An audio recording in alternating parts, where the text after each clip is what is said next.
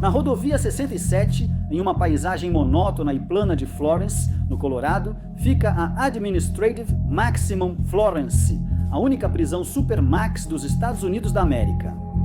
Uma verdadeira fortaleza moderna. As montanhas rochosas ao fundo explicam seu apelido, a Alcatraz das Rochosas. As estruturas do complexo Administrative Maximum contrastam com a paisagem árida e desolada. Todo o ambiente transmite solidão. Administrative Maximum Florence é o destino final para chefões do crime, sociopatas, terroristas e assassinos em série. Pessoas perigosas demais para qualquer outra prisão, mais de 400 delas vivem aqui. Por décadas, Alcatraz foi a única prisão de segurança máxima dos Estados Unidos. Inaugurada em 1934, foi fechada 3 décadas depois. Alcatraz se tornou um pesadelo logístico e caro e acabou substituída pela Penitenciária Federal de Marion.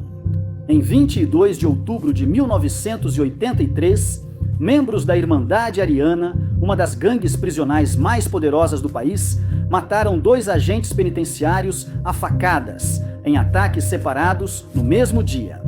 O duplo assassinato em Marion foi atribuído ao projeto inadequado da prisão e impulsionou a busca por uma nova abordagem para isolar detentos perigosos. A prisão de Marion ficou em confinamento total por 23 anos como um experimento para demonstrar esse isolamento. O resultado foi a Administrative Maximum Florence, a fortaleza de 60 milhões de dólares, inaugurada em 1995. Na Administrative Maximum, os detentos comem, dormem e tomam banho em celas individuais, praticamente sem motivo para sair delas. Bem rapidinho, para todos os meus apoiadores fiéis e novos espectadores, não esqueçam de ativar o sininho. Curtam e se inscrevam no canal. A assinatura do canal também está disponível, com vantagens exclusivas. E para quem quiser apoiar o canal, meu muito obrigado. Na Administrative Maximum, câmeras cobrem todo o complexo, incluindo praticamente todos os ângulos do pátio onde os detentos se exercitavam pela manhã. Embora às vezes ocorresse uma briga, nunca houve nada fatal. As autoridades decidiam quais grupos poderiam ficar juntos no pátio, levando em conta as gangues e rivalidades internas. Na manhã de 21 de abril de 2005, um grupo de detentos se reuniu no pátio. Eles faziam burpees, flexões e os alongamentos de sempre. As câmeras não captavam áudio, mas chegavam a dar zoom nas mãos dos presos quando passavam perto, para flagrar possíveis trocas de armas ou drogas. Era praticamente impossível se safar de qualquer atitude suspeita. Às 8h21, um guarda no pátio de recreação avistou um detento caído e imóvel em um dos cantos. O alarme disparou e os guardas correram para o pátio. Todos os detentos foram algemados e retirados do local. Enquanto isso, o enfermeiro correu até o detento ferido. Ele estava caído contra a parede, coberto de sangue e irreconhecível devido ao trauma no rosto. Sinais claros de uma surra brutal e prolongada. Ele já não respirava. Anos depois, no julgamento, um paramédico disse que os danos eram semelhantes aos de vítimas de suicídio que saltaram de pontes sobre pedras. Esse foi o primeiro e único assassinato na Administrative Maximum até então, e marcou o fim do último espaço de convívio coletivo dos detentos. Desde então, passaram a usar o pátio individualmente em pequenas gaiolas com grades. Quando a morte foi confirmada, começou um verdadeiro mistério de assassinato. Um homem foi morto a pisoteamentos em plena luz do dia, na prisão mais segura do país. Quem tinha feito aquilo? Quem era a vítima? E qual teria sido o motivo? O FBI entrou no caso, mas os interrogatórios não renderam nada. Ninguém delatou. Ninguém disse uma única palavra.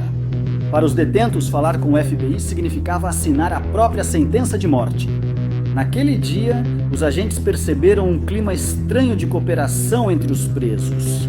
Como se todos tivessem combinado ou recebido ordem para não entregar ninguém. Na manhã seguinte ao assassinato, a vítima foi identificada.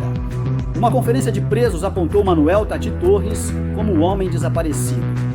Torres, chefão da máfia mexicana, de 64 anos, já havia sido descrito por funcionários como um gangster decadente. Pouco depois, surgiu um possível culpado. No dia do incidente, um detento chamado Ricardo Chuco Santiago foi visto deixando o pátio com sangue nos sapatos. Guardas o seguiram até sua cela, onde o encontraram submergindo roupas e sapatos na água do vaso sanitário. Santiago foi imediatamente levado para a detenção. O passo seguinte dos funcionários da Administrative Maximum foi revisar as filmagens do pátio para ver o que poderia ter passado despercebido. As imagens da ocorrência começam às 8h15. 6 minutos antes de os guardas encontrarem Torres caído, ele fazia alongamentos perto de uma das câmeras, em um canto do pátio. Santiago e outro detento, Silvestre de Chicali Rivera, estavam a cerca de 3 metros dali.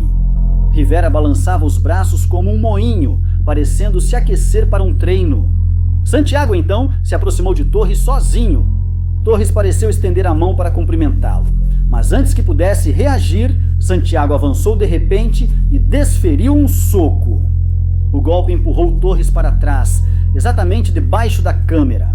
A posição impediu que a câmera registrasse o ataque completo.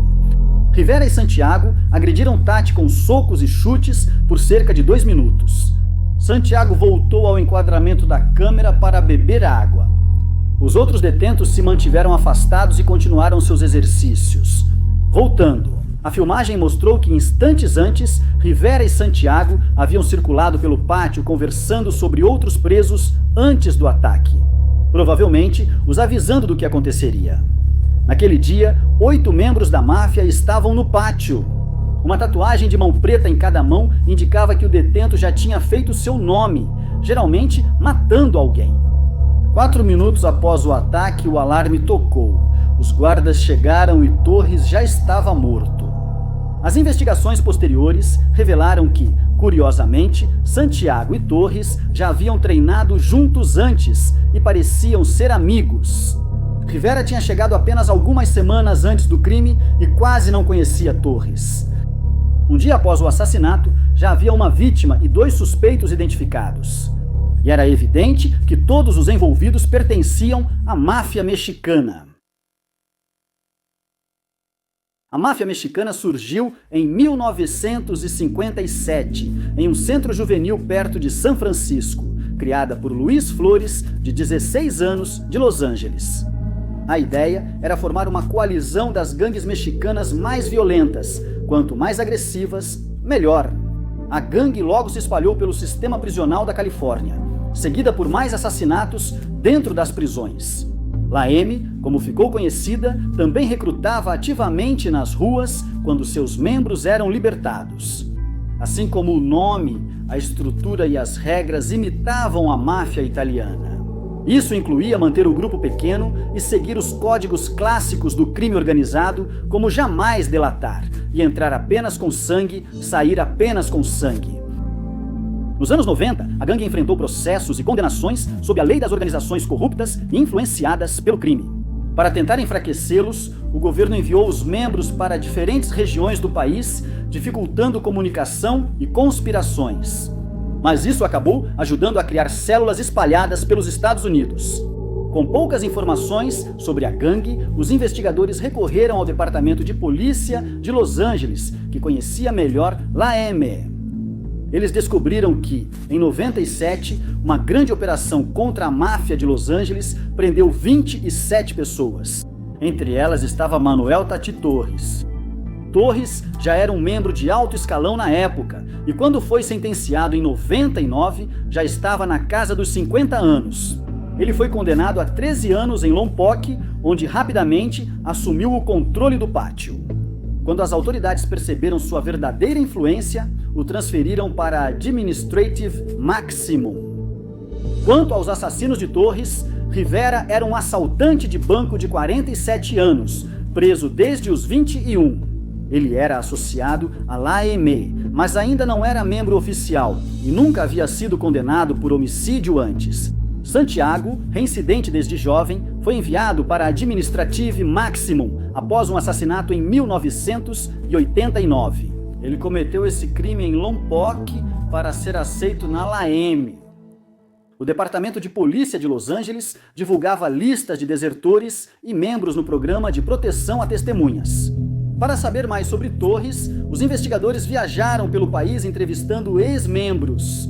Eles ouviram várias teorias, mas um boato se repetia. Uma história sobre a vida passada de Torres no sul da Califórnia.